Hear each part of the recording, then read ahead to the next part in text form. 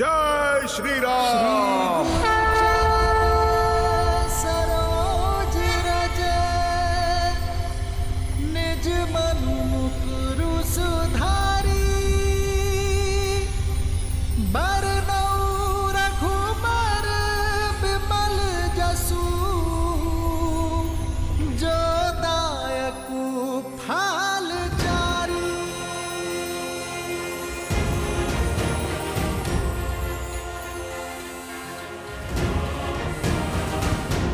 कुछ दिखाई दिया हनुमान जी?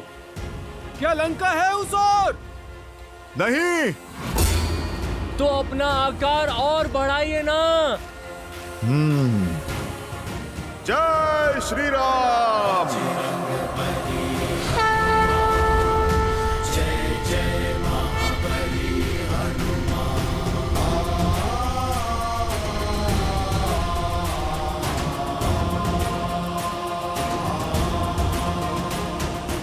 अब कुछ दिखा? कुछ नहीं दिखा। तो और बढ़ाइए अपना आकार। जय श्री राम। नल नील, बस इससे अधिक और नहीं बढ़ा सकता मैं। तो क्यों ना हम आपके हाथों पे चढ़ जाएं? आप हाथ ऊपर करेंगे तो कदाचित लंका दिख जाएगी। जय हनुमान ज्ञान गुण सागर जय कपीस तिहु लोक उजागर राम दूत अतुलित बल धामा अंजनी पुत्र पवन सुत नामा राम दुआरे तुम रखवारे होत न अत्याचार पैसारे आपन तेज समारो आप दीन लोक हाथ नापे।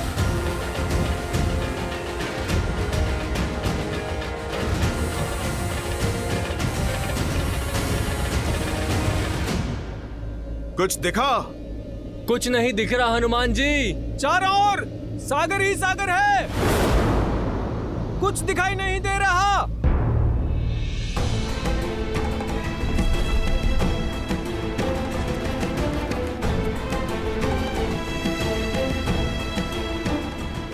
जय श्री राम।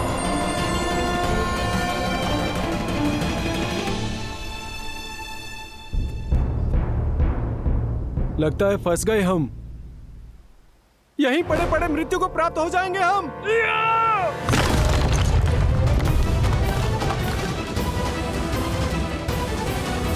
मैंने वचन दिया था प्रभु श्री राम को कि माता सीता को खोजे बिना उन्हें अपना मुख नहीं दिखाऊंगा। अब यदि मृत्यु ही उपाय है तो वही सही। हम सभी अनशन करके यहीं अपने प्राण त्याग देंगे।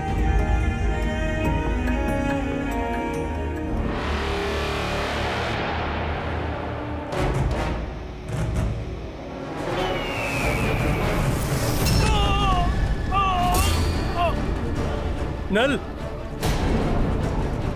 हनुमान जी रक्षा करिए।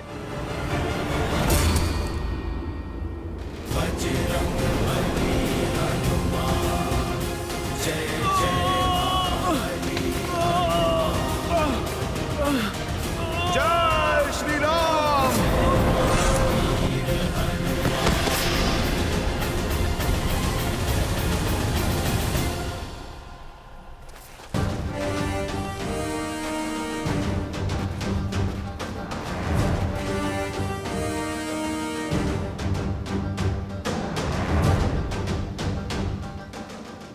दया आती है मुझे तुम पर, तुम्हारे इस निर्णय क्षमता पर। अरे तुम पे तो प्रहार करना भी हमारी वीरता पे कलंक है। दुष्ट गिद्ध हूं मैं और असहाय, मरे हुए जीवों को खाता हूं। तुम तो स्वयं प्राण त्यागने को सज्ज हो, तो क्यों ना मेरे भोजन बनो। जाते जाते उपकार होगा। कितनी लज्जा की बात है, गरुड़ की महान वंशावली को तुम कलंकित कर रहे हो। एक पक्षीराज जटायु थे जो हमारे प्रभु श्री राम की अर्धांगिनी माता सीता की रक्षा हेतु अंतिम सांस तक लड़े। धर्म की रक्षा करते करते उन्होंने प्रभु श्री राम की गोद में अपने प्राण त्याग दिए। और एक तुम हो अधर्मी नरभक्षी! क्या जटायु? हाँ, शरीर तो उनका तुम्हारे जैसा ही था, परंतु आत्मा हरि में मिल गई। उन्होंने अपने प्राण दे दिए धर्म के लिए, और एक तुम हो कि जटायु मर गया? ऐसा नहीं हो सकता।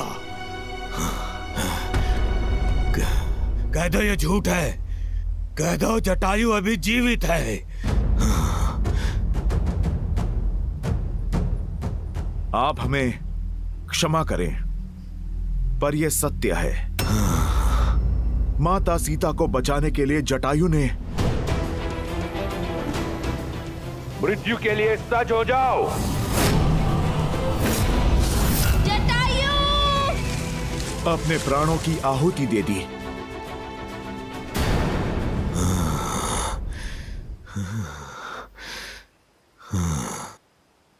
क्या हुआ? तुम ठीक तो हो ना? तुम कैसे जानते हो जटायु को? क्या मुझे जल तक लेकर जा सकते हो, ताकि मैं जटायु का तर्पण कर सकूं?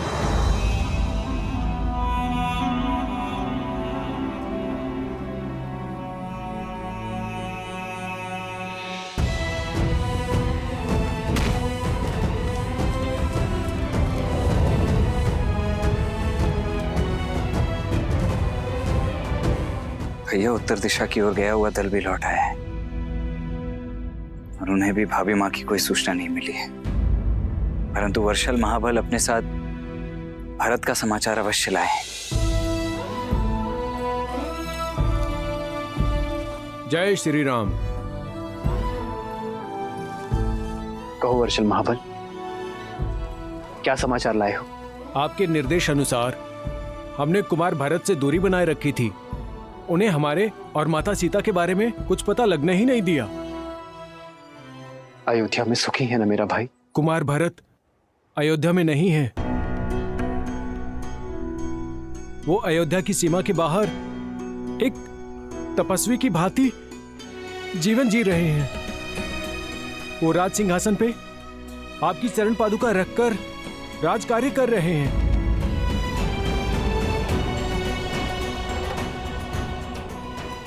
वो आप ही की तरह वनवासी जीवन जी रहे हैं।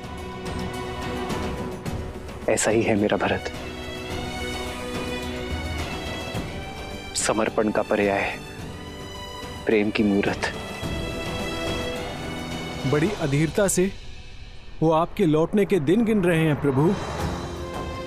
आपके आदेश का पालन कर रहा हूं भैया, किंतु स्मरण रहे केवल 14 वर्ष। यदि एक क्षण भी अयोध्या लौटने में आपने विलंब किया तो अपने प्रिय भरत के निर्जीव शरीर से भेंट करेंगे आप। यदि मैं सीता को खोजकर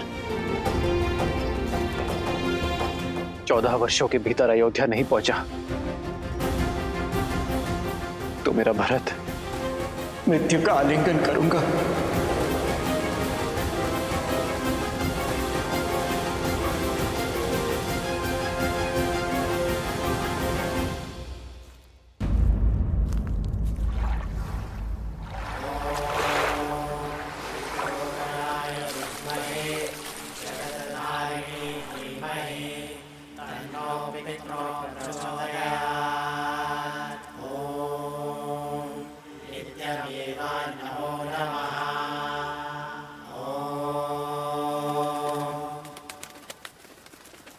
मुझे प्राणों से भी प्रिय था मेरा छोटा भाई, मेरा जटायु।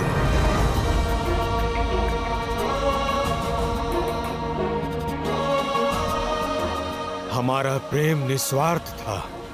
एक साथ आकाश की ऊंचाइयों पर भ्रमण किया करते थे हम।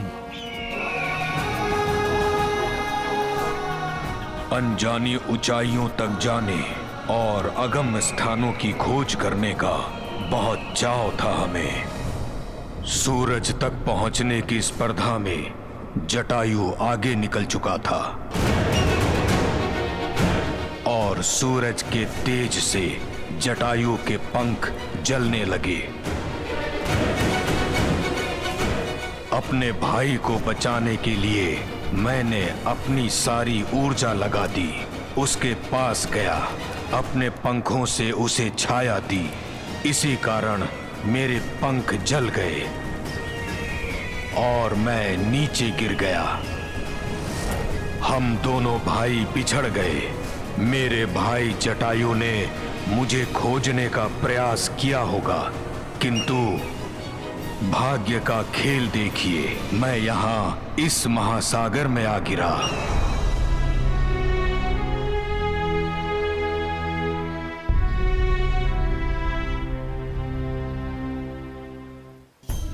तब से यहीं इसी स्थान पर रहता हूं। पंखों के जल जाने से आखेट नहीं कर सकता, इसलिए जो भोजन मिले उसी के सहारे जीता हूं। अपंग होकर पड़ा हूं, अपने भाई के प्राण बचाने के संतोष के साथ रहता हूं, ये सोचते हुए कि मेरे जीवन का उद्देश्य क्या है। क्या इस तरह अकेले दुर्गति की मृत्यु पाऊंगा मैं?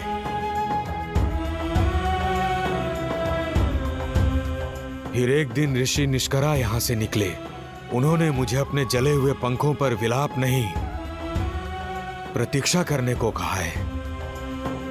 बताया कि त्रेता युग में रावण एक महापुरुष की पत्नी का अपहरण करेगा।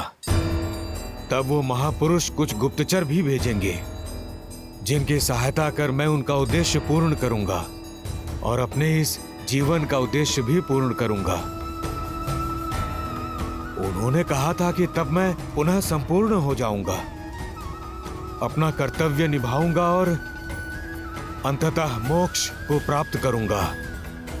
हनुमान, मुझे विश्वास है कि तभी श्री राम जी की बात की थी ऋषि निष्करा ने, और उनके गुप्तचर यानी कि आप सब। बताओ किस प्रकार मैं श्री राम की सहायता कर सकता हूं? ऋषि निष्करा की कही बात मुझे कभी समझ में नहीं आई। आप ही बताइए ना, संपूर्ण कैसे हो सकता हूं? हे पक्षीराज, आपका कथन उचित है। हम माता सीता की खोज करने ही निकले हैं, जिन्हें रावण अपने पुष्पक विमान में ले गया था।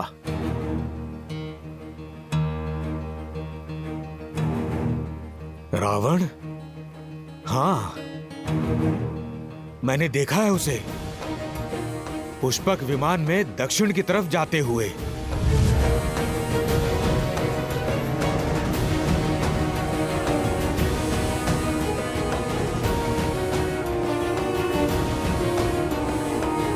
उन्हें महासागर के पार ले गया था। यदि मुझ में सामर्थ्य होता तो मैं आपकी सहायता अवश्य करता। सागर लांघ कर मैं ढूंढ लाता माता सीता को, किंतु मैं तो उड़ ही नहीं सकता। संपूर्ण होने का अर्थ कदाचित यही है पक्षीराज, कि आप एक बार पुनः अपने इन पंखों का उपयोग कर पाएंगे। मेरे प्रभु श्री राम का बल निर्बल को भी सबल बना देता है। वो दीनों के नाथ हैं, निराश का विश्वास है। आप प्रभु श्री राम का नाम लेकर प्रयास तो कीजिए।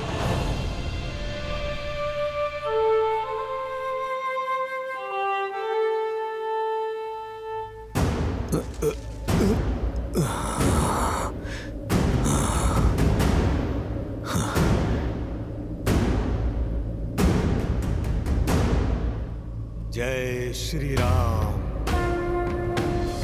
जय श्री राम, जय श्री राम, जय श्री राम।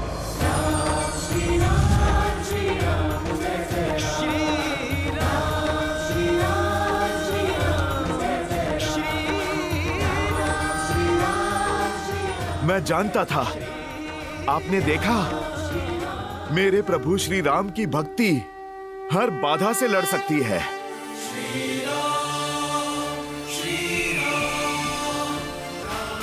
जय श्री राम, जय श्री राम। पक्षीराज, आपकी दृष्टि बहुत तीव्र है। अपनी तीव्र दृष्टि से महासागर के पार माता सीता को खोजिए। पलकर वस्त्रों में सत्य और सतीत्व के तेज से युक्त दिखेंगी आपको।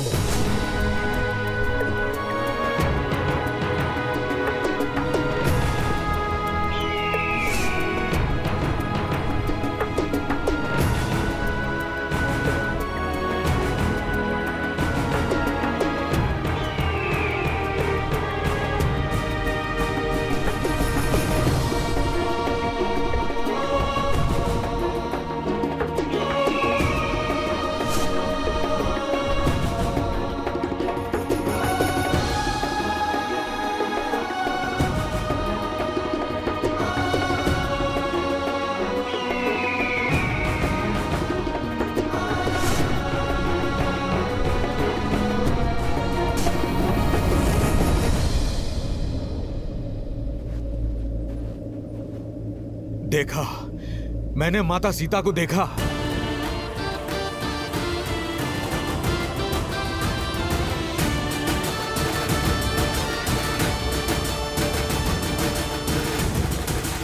एक वृक्ष के नीचे तपस्विनी के भेष में देखा। उनकी आंखों से आंसू बह रहे थे।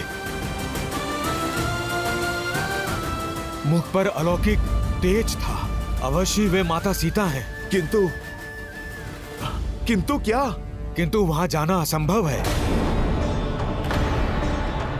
वो जगह यहां से 100 योजन दूर है। इतना तो पक्षी भी नहीं उड़ सकते। क्षमा कीजिएगा, मैं अब और आपकी सहायता नहीं कर सकता। प्रतीत होता है मेरे जीवन का उद्देश्य पूर्ण हुआ। जय श्री राम। राम नाम सत्य है।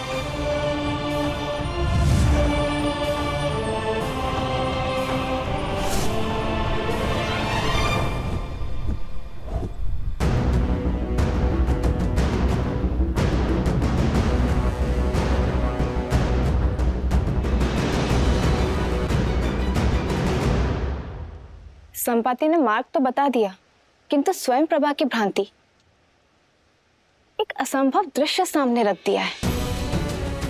जो सागर रावण भी पुष्पक विमान से पार करता है, उसे छलांग लगाकर कौन पार करेगा? राम के काम कौन करेगा? सीता को आशा कौन देगा? यदि 14 वर्ष के समाप्ति तक राम अयोध्या नहीं पहुंचे, तो भरत अपने प्राण त्याग देंगे। देवी, जिन श्री राम का नाम लेने से ही प्राणी जन्म और मृत्यु के भव सागर को पार कर जाता है, उनके परम भक्त को ये 100 योजन का समुद्र भला क्या रोकेगा? ऐसा कौन सा भक्त है श्री राम का जो 100 योजन पार कर लेगा? वो जिसका जन्म ही हुआ है श्री राम के काज संवारने के लिए। वो जो संकट मोचक है। वो जो असंभव को संभव में परिवर्तित करते। मेरा ही अंशावतार हनुमान। किंतु देखिए हनुमान को, संशय से भरे मौन खड़े हैं आपके अंशावतार। कमी बल की नहीं, बोध की है। हम सबके भीतर शक्ति का एक स्रोत होता है, बस हमें ही उसका आभास नहीं होता। हनुमान की शक्ति असीमित है, परंतु उनका बोध गौण है। आवश्यकता है उनके बोध को जागृत करने की, उन्हें उनकी शक्तियों की पुनः स्मृति दिलाने की। एक बार ये हो जाए देवी, फिर देखिए, ये 100 योजन का समुद्र तो क्या, 100 ब्रह्मांड भी पार कर जाएगा ये राम भक्त।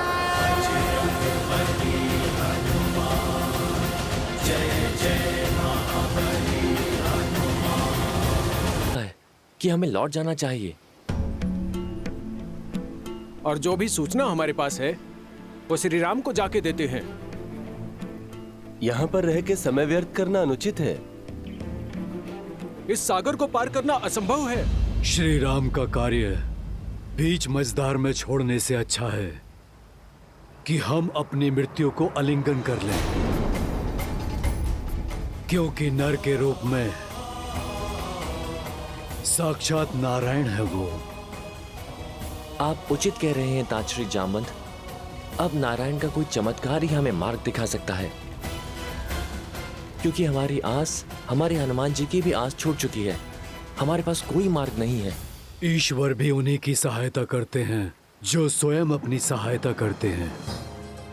कई युगों से मैं इस धरा पर हूं, जानता हूं कि जिस कार्य में श्री राम का नाम हो वो कार्य कभी अधूरा नहीं रह सकता। कोई ऐसी समस्या नहीं जिसका कोई हल ना हो। हमें बस श्रद्धा के दीप में आस की लौ जगाए रखनी होगी।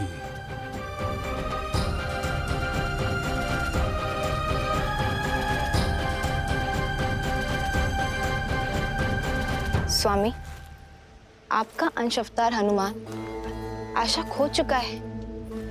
अब उसे स्वयं से कौन मिलवाएगा? कौन उनका साक्षात्कार उनके ही बल से करवाएगा? जामवंत, क्योंकि हमारी रचाई इस लीला का सबसे अधिक बोध उन्हें ही है। जीवन और इतिहास के ज्ञान का अद्भुत समन्वय है जामवंत। वो जामवंत जो स्वयं ब्रह्मदेव के मुख से वृक्षों के राजा बनकर प्रकट हुए थे। तो श्री राम की कथा में जामवंत की और भी भूमिकाएं? हाँ देवी, आने वाले इस धर्म युद्ध में जामवंत श्री राम के सहायक, उनके मार्गदर्शक बनेंगे। पिछले कई युगों से भगवान विष्णु के राम अवतार की प्रतीक्षा में थे जामवंत। स्वयं को इस पावन उद्देश्य के लिए तत्पर कर रहे थे जामवंत। युगों से? हाँ देवी, जामवंत कोई साधारण वृक्ष नहीं, नारायण के हर रूप, हर स्वरूप के साक्षी रहे। फिर वो चाहे बराह अवतार से लेकर नरसिम्हा अवतार हो, या फिर समुद्र मंथन से लेकर वामन अवतार तक, जामवंत इन सभी घटनाओं के साक्षी रहे। जब भगवान विष्णु ने वामन अवतार में असुरराज महाबली का दमन किया था, तब 21 बार भगवान वामन की प्रदक्षिणा देने वाले जामवंत ही थे। और अब राम अवतार में, राम रावण युद्ध में श्री राम के गुरु बनकर उनका मार्गदर्शन करने का दायित्व भी जामवंत। इसे लंका तक कौन जा सकता है? इतना सामर्थ्य तो हम में से किसी में भी नहीं है। संपाति ने हमें यह कहा था कि लंका यहाँ से कम 100 योजन दूर है। माना कि हम वानर हैं, किंतु इतनी दूरी तय करना तो हमारे लिए भी असंभव है। संपाति और जटायु माता सीता को बचाने के लिए अपने प्राण तक न्यौछावर करने से पीछे नहीं हटे, और तुम कहते हो कि हम पीछे हट जाएं? कदापि नहीं। अपने भीतर झांको। कौन है जो माता सीता तक पहुंचने के लिए इस विशाल महासागर के पार निकल सकता है?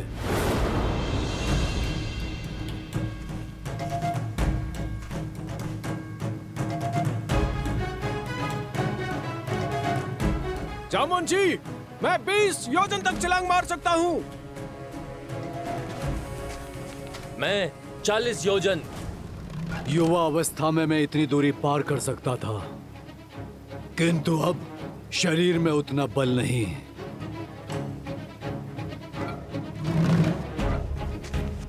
मैं करूंगा ये प्रयास।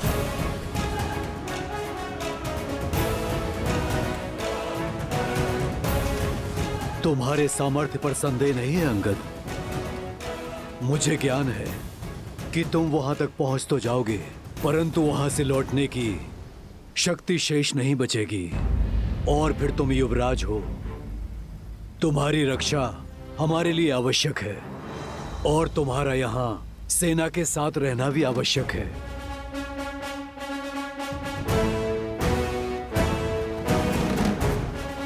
हम में से केवल एक है जो इस असंभव कार्य को संभव कर सकता है। जय महावीर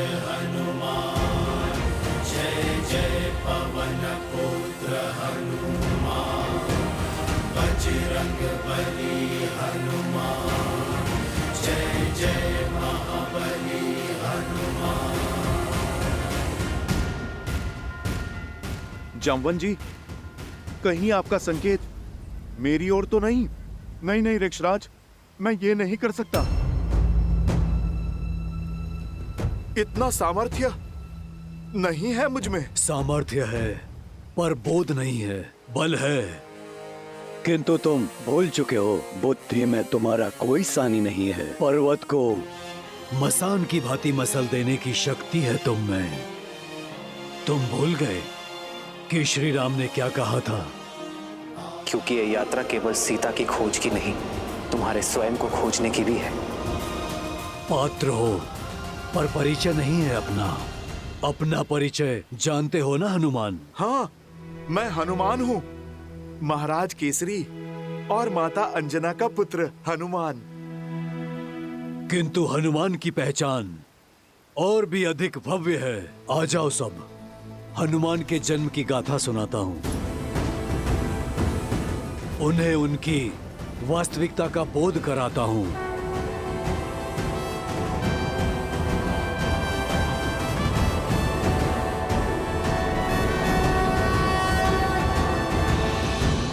ईश्वर ने सब कुछ दे दिया, बस एक संतान नहीं दी। कोई नहीं जो हमें श्रद्धांजलि दे सके हमारे जाने के बाद। आपकी पीड़ा मुझे भी बहुत कष्ट देती है वानर राज। भीतर ही इस वेदना से जलती हूँ। वानर राज केसरी को एक वंशज तक ना दे पाई। लेकिन ऐसा कोई नहीं है जो मेरा आंचल पकड़ के मुझसे हट करे, जिसे मैं लोरिया सुनाकर सुलाऊं। मुझे लगता है अब केवल महादेव ही हमारा कष्ट हर सकते हैं।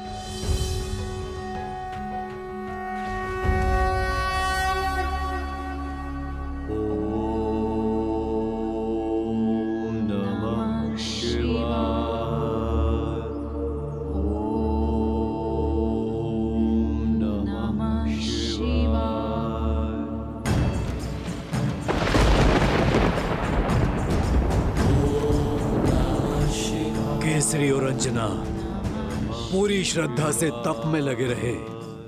पूरे 12 वर्षों तक उन्होंने कठिन प्रार्थना की, आस का आंचल नहीं छोड़ा और उनकी दृढ़ता ने महादेव को प्रसन्न कर दिया।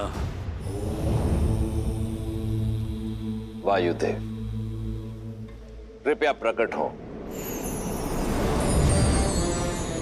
प्रणिपात महादेव। प्रणिपात माता। आदेश करें, इस दास का स्मरण कैसे किया आपने? क्या अपने वेग में कोई भूल तो नहीं हो गई मुझसे? भूल नहीं हुई, संसार का भला करने का अवसर मिला है आपको। एक बड़ा दायित्व सौंपने के लिए आपको यहाँ बुलाया गया है। महादेव की सेवा करके मैं धन्य हो जाऊंगा। अपनी भक्ति से प्राप्त शक्ति से रावण इस संसार में तनाव का वातावरण फैला रहा है। नारायण के अवतार श्री राम को एक भक्त की आवश्यकता होगी, जो मेरा ही अंशावतार होगा। देवी अंजना के गर्भ तक उसे पहुंचाने के लिए आपकी सहायता की आवश्यकता है वायुदेव। ये समझ लीजिए कि श्री हरि के इस दिव्य अवतार की गाथा में आपकी एक अत्यंत महत्वपूर्ण भूमिका होने वाली है। समय आने पर मेरे इस अंशावतार को संसार जिस नाम से पुकारेगा वो होगा हनुमान।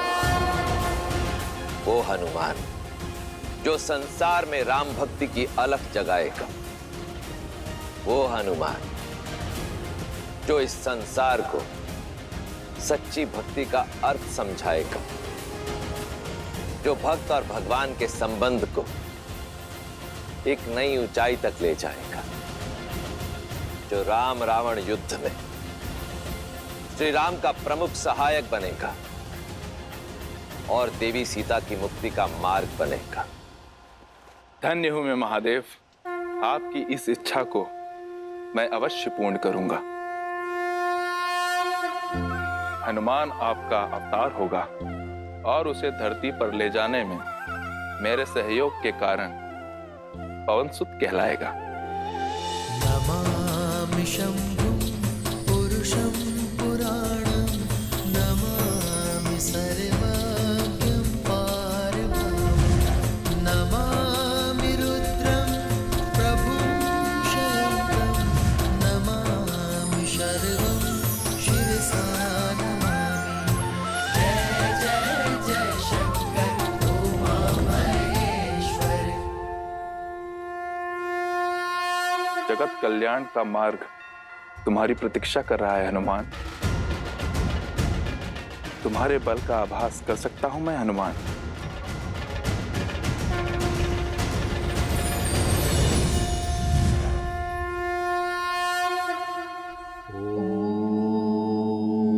नमः शिवाय।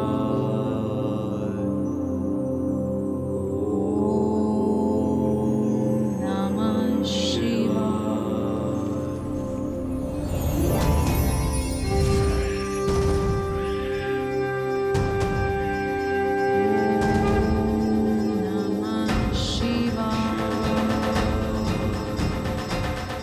रख सकता तो सदा सर्वदा तुम्हें अपने साथ ही रख लेता, किंतु महादेव का आदेश अडिग है, पास नहीं रहेगा, किंतु तुम्हारा पिता सदा तुम्हारे साथ रहेगा। शंकर सुवन केसरी नंदन, तुम्हारा पिता कहलाने का गर्व मेरे जीवन का सबसे बड़ा धन होगा। पवनसुत,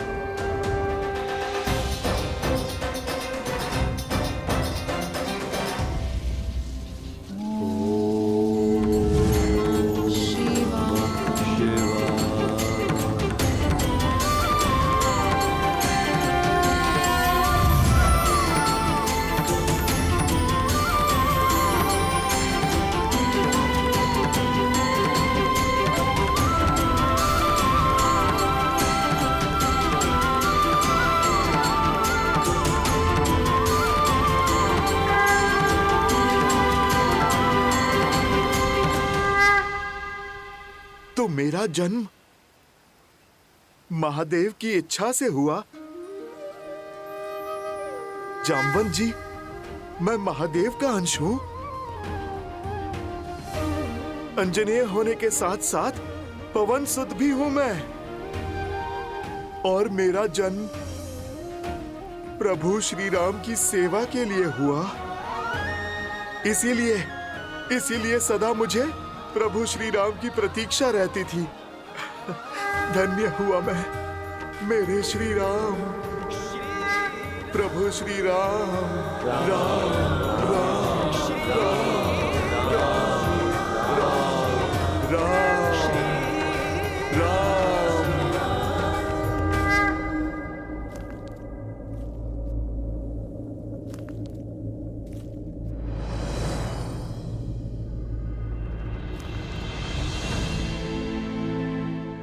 चिंता ना करें मित्र, हनुमान जो दायित्व लेते हैं उसे वो अवश्य पूर्ण करते।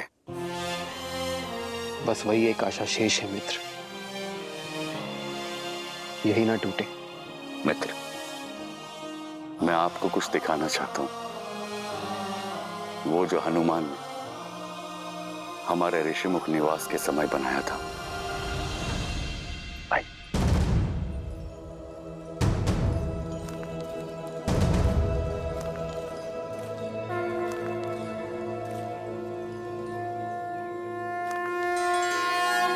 मेरी मूर्ति ये हनुमान ने बनाई है मेरे लिए? हाँ, बिना आपको देखे आपके लिए हनुमान की भक्ति और समर्पण, उसकी कोई सीमा नहीं। अपने हृदय में उभरती छवि को वर्षों तक हर दिन अथक प्रयास से गढ़ा है उसने। भैया,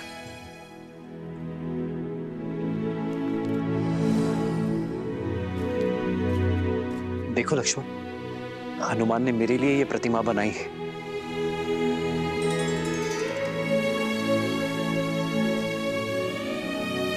धन्य हुआ मैं लक्ष्मण कि मेरा सहयोगी इतना स्नेह करता है मुझसे, जिसका मुझ में इतना विश्वास हो कि बिना मुझसे भेंट की, बिना मुझे देखे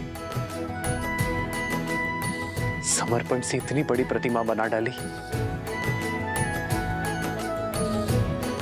वो मुझे कभी निराश नहीं करेगा लक्ष्मण। उसके विश्वास ने मुझे नई आस दी है लक्ष्मण।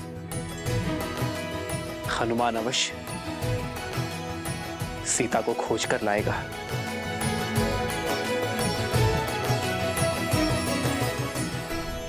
जीवन का उद्देश्य तो जान गया, परंतु उसे पाने का मार्ग कैसे ढूंढूं? ऋक्षराज, इस महासागर को लांघने का सामर्थ्य मैं कहां से लाऊं? सूर्य कभी नहीं पूछता कि अपने अंदर उजाला कहां से लाए। इस तुच्छ सागर को महासागर कह रहे हो तुम कदाचित भूल रहे हो, अपने बाल्यकाल में तुमने बहुत ऊंची छलांग लगाई थी। इतनी ऊंची छलांग कि ऐसे सहस्त्र समुद्रों की दूरी उसमें समा जाए। सहस्त्र योजनों की छलांग लगाई थी तुमने हनुमान। वो छलांग जिसने केसरी नंदन मारुति को हनुमान बनाया।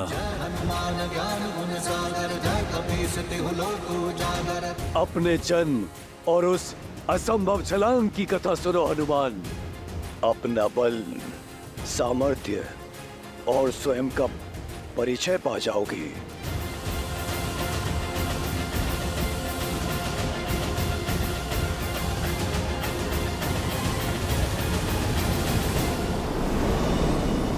जन्मे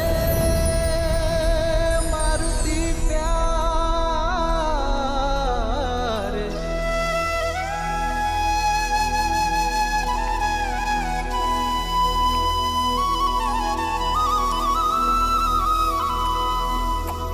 जन्मे मारुति प्यारे।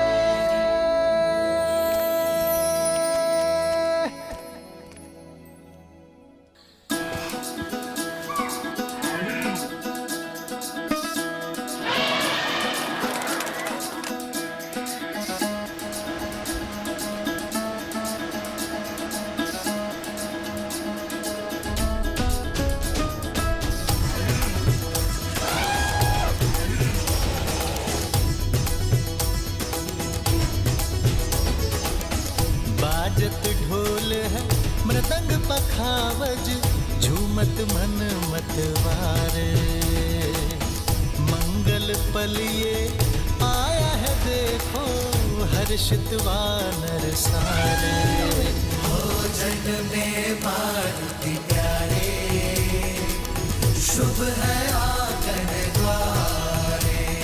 श्री राम के है दुलारे।